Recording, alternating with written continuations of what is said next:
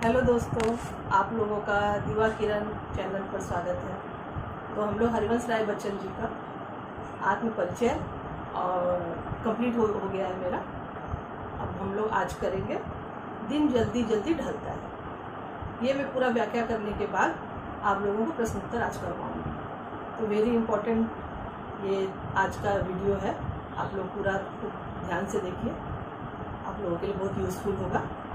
Okay, now start. दिन जल्दी जल्दी ढलता है, हो जाए ना पथ में रात कहीं, मंजिल भी तो है दूर नहीं। यह सोच थका दिन का पंथी भी जल्दी जल्दी चलता है। दिन जल्दी जल्दी ढलता है। तो मैं ये जो पढ़ा रही हूँ उसका पिक्चर मैं डाल दूँगी, आप अपना किताब भी निकाल करके पढ़ सकते हैं साथ में।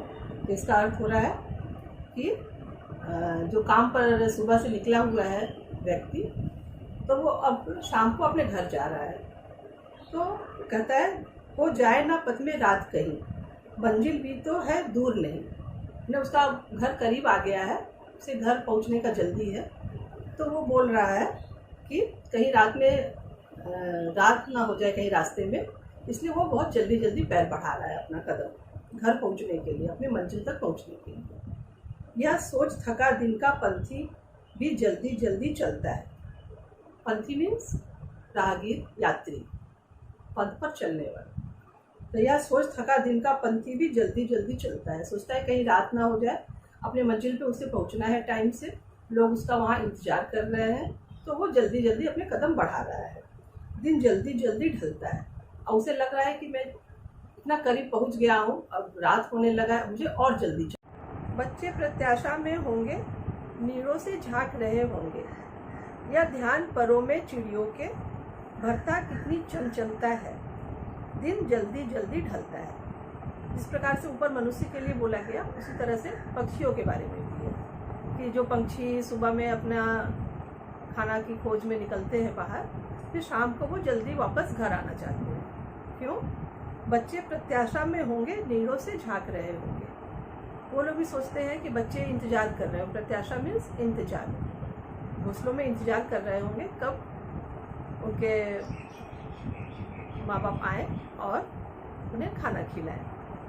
बच्चे प्रत्याशा में होंगे, नीरों, नीरों मीन्स घोंसला, घोंसले से झाँक रहे होंगे। यह ध्यान परों में चिड़ियों के, भरता कितनी चंचलता है। तो उनसे मिलने के लिए कि वो हम लोगों का इंतजार कर रहे हैं, मेरे बच्चे भूखे होंगे, यह सोच करके उन लोगों के अंदर भी और उत्साह, उमंग आ जाता है कि कितने जल्दी घर पहुंच जाए, और जल्दी जल्दी पंख फैला करके उड़ता हुआ घर पहुंचना चाहता है। दिन जल्दी जल्दी ढलता है।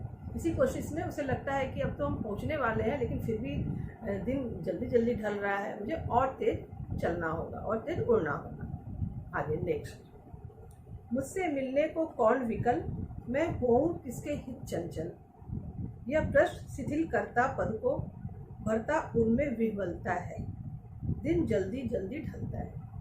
ऊपर में तो क्या हुआ कि लोग घर में हैं, इंतजार कर रहे हैं, इंतजार करने वाले लोग हैं घर में, लेकिन लास्ट पैरा में क्या है कि वो बेचारा अकेला है, उसका कोई इंतजार करने वाला घर में नहीं है। तब वो सोच रहा है मुझसे मिलने को कौन विकल, मुझसे तो मिलने के लिए कोई भी विकल में परेशान नहीं होगा, कोई इंतजार मेरा घर में नहीं करने वाला है। मैं हूँ किसके हित चंचल, मैं किसके लिए जल्दी घर जाऊं, किसके लिए इतना उत्साह उमंग करूं, मेरा तो कोई घर में इंतजार नहीं कर रहा है। वो अकेला है, एकांत जीवन है उसका, इसलिए कवि यहाँ पर ऐसे कह रहा है, उन लोगों के लिए कह रहा है। यह प्रश्न शिथिल करता पद को, शिथिल माने शिथिलता ला देता है, धीरे कोई उत्साह उमंग खत्म हो जाता है पैरों में, कि जल्दी घर पहुँचने का उत्साह कम हो जाता है। भरता उनमें विह्वलता है, ये विह्वलता, व्याकुलता भरता है कि क्या उदासी, विह्वलता में उदास हो जाता है कि किसके लिए मैं घर जाऊं, मेरा तो कोई इंतजार करने वाला है नहीं। दिन जल्दी जल्दी ढलता है, जल्दी जल्दी दिन ढल रहा है, मुझे भी घर तो जाना ही होगा। तो काश ऐसा नहीं होता और मैं और देर बाहर में बिताता।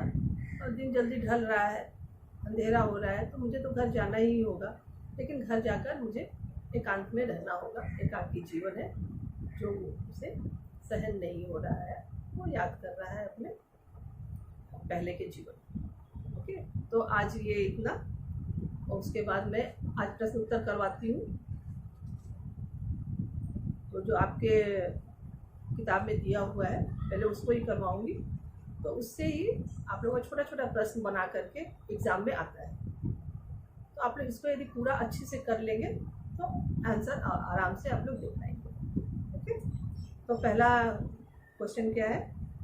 कविता एक ओर जग जीवन का भार लिए घूमने की बात करती है और दूसरी ओर मैं कभी न जग का ध्यान किया करता हूँ, विपरीत से लगते इन कथनों का क्या आशय है? पहला प्रश्न आप लोगों का ये।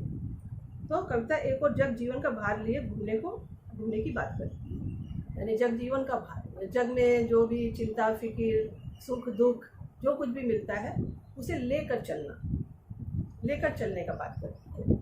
उसे छोड़कर नहीं चला जा सकता है। जैसा भी जीवन है उसके साथ जीना होगा और खुशी से जीना होगा, उमंग के साथ जीना होगा। जो मिला जितना मिला ठीक है। और उसके जगह पे दूसरी ओर कहता है मैं कभी न जग का ध्यान किया करता हूँ, मुझे परवाह नहीं है। मैं कभी जग का ध्यान करना यानी कि जो मेरे बारे में या जो लोग मनुष्य जो उल्टा सीधा बात करते हैं, बेमतलब की बातें करते हैं, उस पर वो ध्यान नहीं देता है। अपना जो लक्ष्य है, लक्ष्य की तरफ पूरा ध्यान दे करके वो आगे बढ़ता है और वो जग का ध्यान नहीं किया करता। मैंने जग जो बोलने वाले हैं उल्टा सीधा बोलते रहे, उससे उसे मतलब नहीं है। तो यहाँ पर दो विपरीत कथनों को जोड़ा गया है, लेकिन दोनों एक दूसरे के पूरक हैं। ओके, तो पहला क्वेश्चन ये हो गया। सेकंड, जहाँ पर दाना रहते हैं वहीं नादान भी होते हैं, कवि ने ऐसा क्यों कहा होगा?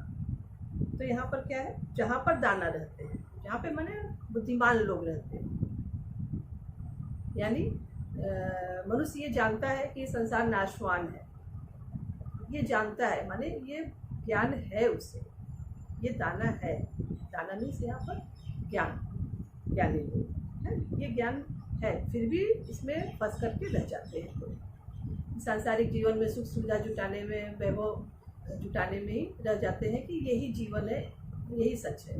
लेकिन नहीं, इसको नादानी कर बैठते हैं। इस प्रकार जानते हुए भी कि ये संसार नाशवान है, फिर भी नादानी कर बैठते हैं। इसी के लिए कहा गया है यहाँ पर दो विरोधाभास है, दाना मीन्स ज्ञानी और नादान में नादानी करते हैं कि ज्ञानी लोग भी ऐसी नादानी करते हैं। इसीलिए कवि ने यहाँ पर ऐसा कहा है, यहाँ पे विरोधाभास। अब मैं थर्ड क्वेश्चन पढ़ रही हूँ, आप लोग देखिए। मैं और जग और कहाँ का नाता, पंक्ति में और शब्द की विशेषता बताइए। तो यहाँ पर 3 बार और का प्रयोग किया गया है। यहाँ पर यमक अलंकार होगा, क्योंकि हर जितने बार भी ये और शब्द आया है उसका मीनिंग अलग अलग है। ठीक है, तो मैं और माने मैं एक तरह का इंसान हूँ, मैं अलग हूँ इस दुनिया संसार से, मेरी विचारधारा अलग है। और सेकंड और का अर्थ है और, दो शब्दों को जोड़ने के लिए यहाँ पे और का प्रयोग किया गया है। ठीक, जग और माने जग और दूसरे तरह का है, मैं एक तरह का हूँ, जग दूसरे तरह का है, दूसरे जग की विचारधाराएं अलग है। इस संसार के मोह माया में फंस करके बंधन में रह जाना और जो कुछ है हमारे पास उसमें खुश होकर के अपने जीवन को न बिताना, परेशान रहना, इस तरह का लोग जीवन जीते हैं। और मैं क्या हूँ? अल्लाह मस्त, जो मेरे पास है जितना मिला मुझे उसमें संतोष है, मैं इसमें संतोष करके मैं जीवन खुशी खुशी जीना पसंद करता हूँ। तो ये दो तरह का विरोधाभास है कवि में और संसारिक जीवन में, संसार में। तो इसीलिए यहाँ पर इस तीनों और का अर्थ अलग अलग है और यही विशेषता है यहाँ पर। ठीक है, नेक्स्ट, शीतलवाड़ी में आग के होने का क्या अभिप्राय है? शीतलवाड़ी यानी कवि जो कुछ भी कहता है उसका शांत स्वभाव है उसका, लेकिन उसके अंदर भी संसार में जो गलत भावनाएं हैं, गलत चीज़ें हो रही हैं, उसे देखकर उसका भी मन व्याकुल हो उठता है, उसे वो ठीक करना चाहता है, लोगों में जोश उमंग उत्साह भरना चाहता है। यदि कहीं पर कुछ किसी का शोषण हो रहा है या कुछ गलत हो रहा है तो वो उसे अपनी वाणी के माध्यम से, उसमें बहुत ही शक्ति होता है, इसके माध्यम से वो लोगों को जागरूक करना चाहता है। इसीलिए वो कह रहा है शीतल वाड़ी में आग। मेरा वाड़ी शीतल है, लेकिन मैं जो कह रहा हूँ उसका मीनिंग जो है लोगों पे असर करता है, वो आग लगा देने के समान है। लोगों में उत्साह उमंग जीवन जीने की हो, या किसी का बुराई हो रहा हो, खराब हो रहा हो, तो उसे उसके विरुद्ध उठने के लिए उत्साह बढ़ाने में मैं कामयाब हूँ। मेरी वाणी जो है वो कामयाब है, ये अर्थ है। 5, बच्चे किस बात की आशा में नीड़ों से झांक रहे होंगे।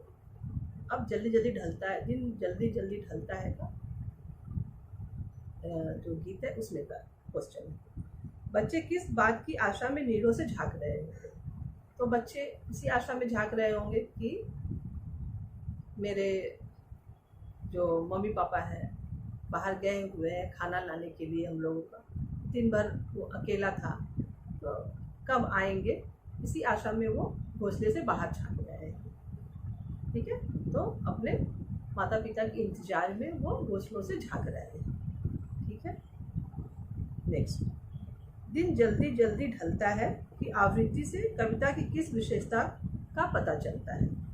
तो दिन जल्दी जल्दी ढलता है, तो यहाँ पे कवि कहना चाहता है कि ये जीवन में भी समय कम है, इसलिए पैर जल्दी जल्दी बढ़ाना चाहिए।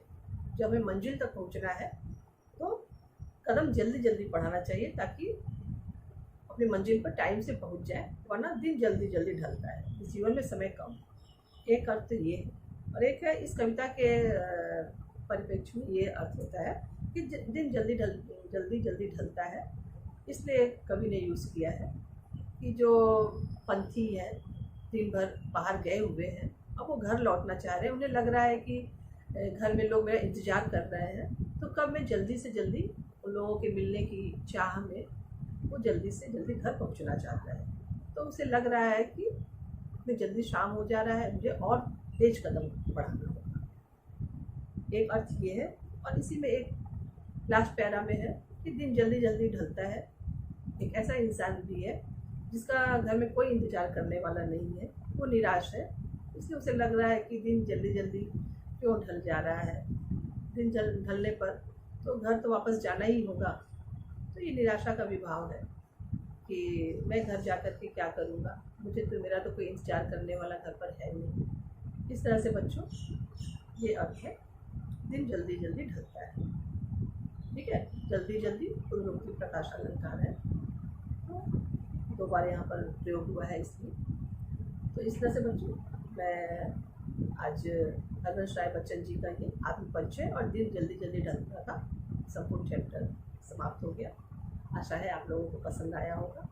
ध्यान से देखिएगा, आप लोगों को बहुत ही यूज़फुल होगा आप लोगों को।